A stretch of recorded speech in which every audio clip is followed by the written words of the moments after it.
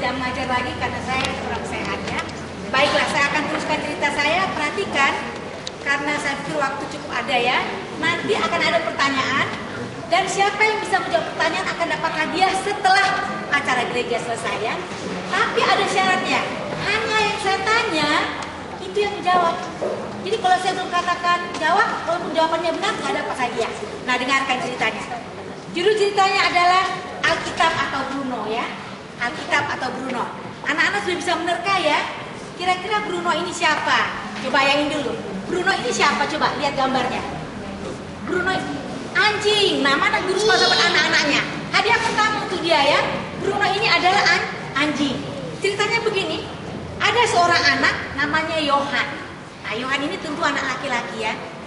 Waktu dia berulang tahun, mamanya memberikan hadiah kepadanya seekor anjing.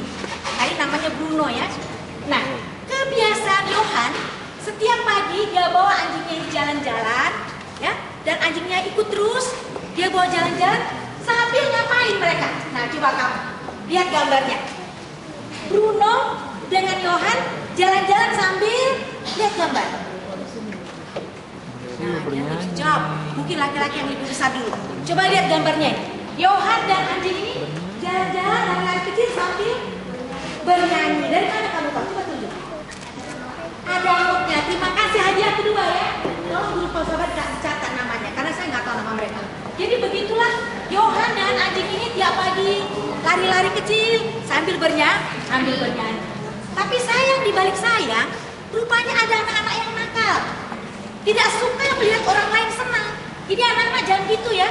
Kalau ada orang lain senang, kamu juga harus ikut senang dong ya. Lihat ini, anak-anak nakal.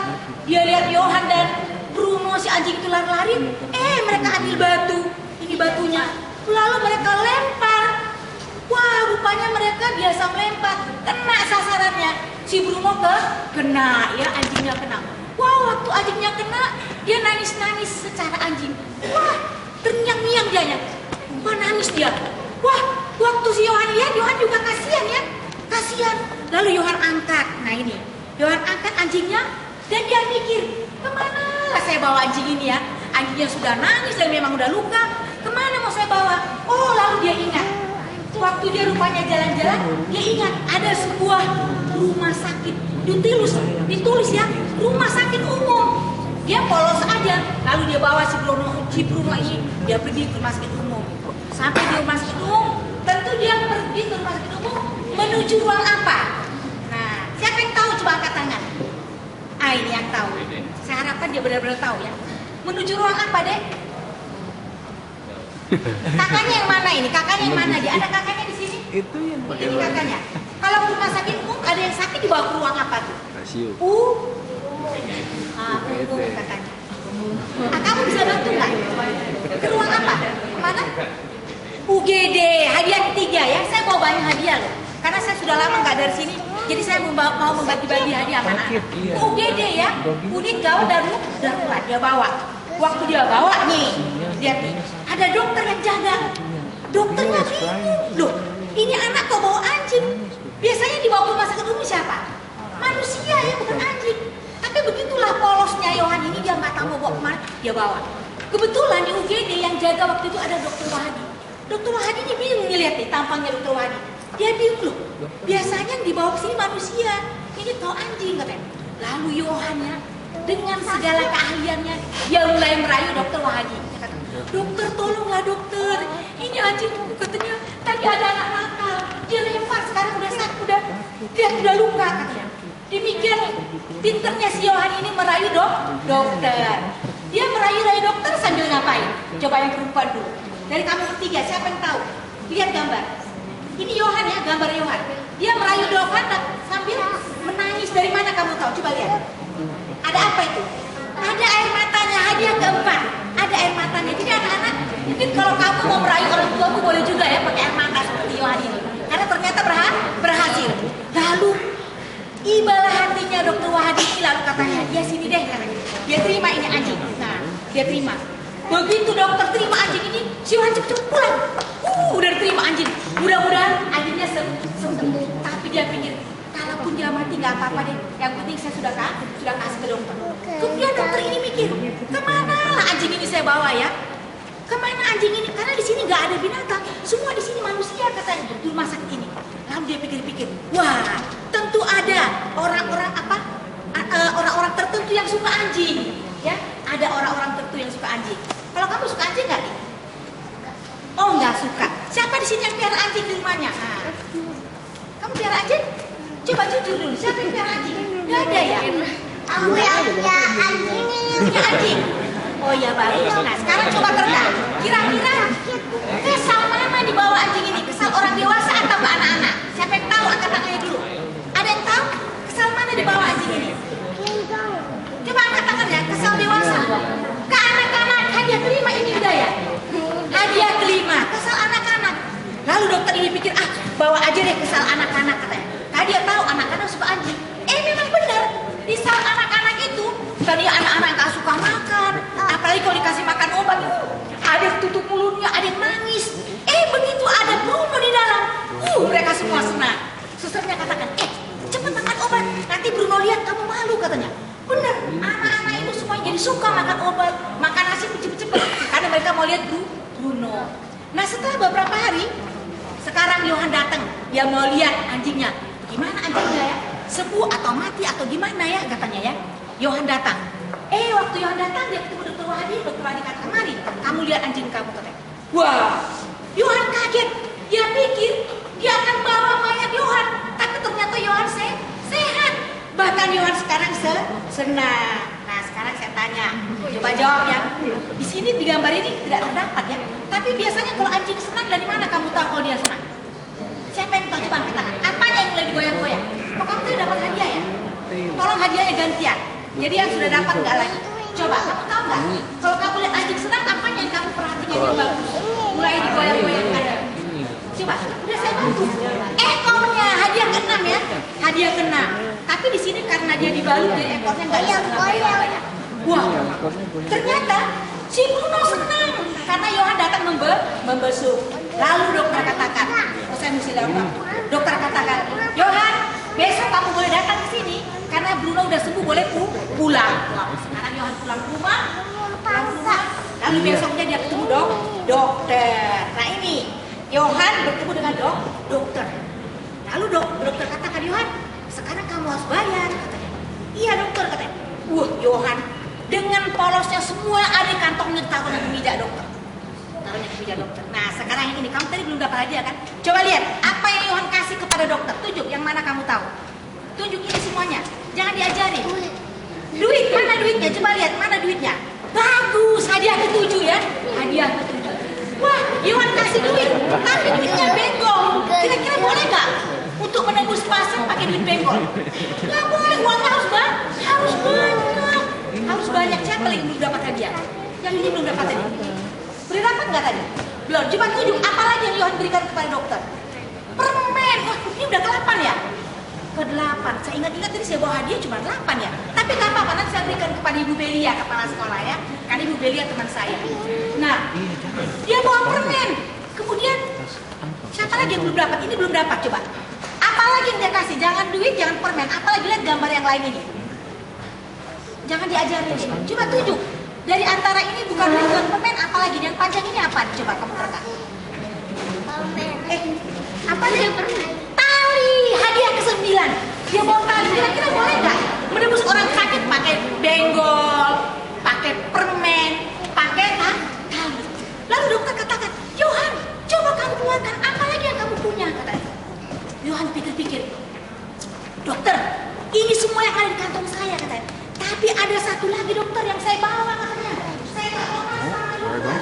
Dia naikkan 1.000 ekor Bruno. 1.000 ekor Bruno saya nggak mau kasih, katanya. Hah? Dokternya bingung. Apa itu ya? 1.000 ekor Bruno pun yang nggak mau kasih. Apa itu? Kata dokter. Wah ini, katanya. Ini saya nggak mau kasih sama dokter ini. Karena di sini ada tertulis Yohanes 3:16. Siapa yang bisa hafal? Cepat berdiri. Yohanes 3:16. Hah? Di sini nggak ada progresif kelas ya? Yohanes 3:16. Coba, kamu nggak bisa? Wah, ini harus diperhatikan, progresif kelasnya nggak ada. Yohanes 3:16. Karena begitu besar kasih Allah akan dunia ini, sehingga Ia telah mengaruniakan anaknya yang tunggal itu, supaya setiap orang yang percaya pada Ia tidak binasa, melainkan memperoleh hidup yang kekal. Wah, kaget dokternya. Aduh, lancar sekali katanya si Yohan ini. Nah, sekarang saya sebutkan dulu yel-yel penginjilan. Anak-anak bisa respon nggak? Mari menginjil, apa jawabmu? Coba kalau orang dewasa, mari menginjil. Yesus pasti datang segera. Yesus pasti datang segera. Begitu anak-anak harus menginjil. Ini Yohan sudah menginjili dokternya. Caranya menginjil Yohan gampang. Hanya menyebutkan Yohanes 3:16. Lalu dokternya katakan, apa lagi katanya? Wah dokter, si Yohan ceritakan banyak, kan dia banyak tahu mengenai Alkitab ini. Dan sekarang kata dokter, Yohan udah deh katanya, kamu nggak usah bayar. Asal tolong kasih pinjam sama saya itu kamu ada. Setelah banyak berbicara, akhirnya Yohan kasih pinjam Alkitab itu kepada dokternya. Nah, Yohan kasih pinjam, Yohan pulang, dia kasihlah Alkitab. Sampai di rumah, dokter mulai baca. Dokter katakan, aku nggak mau kalah dengan Yohan. Yohan yang masih kecil aja bisa hafal banyak ayat hafalan. Masa kan saya nggak bisa katanya. Dokter mulai baca dan baca dan baca. Ketika Yohan datang untuk meminta Alkitab itu kembali, dokter katakan, Yohan, bisa nggak kamu kenalkan saya dengan pendetamu? Karena saya mau belajar banyak mengenai Alkitab.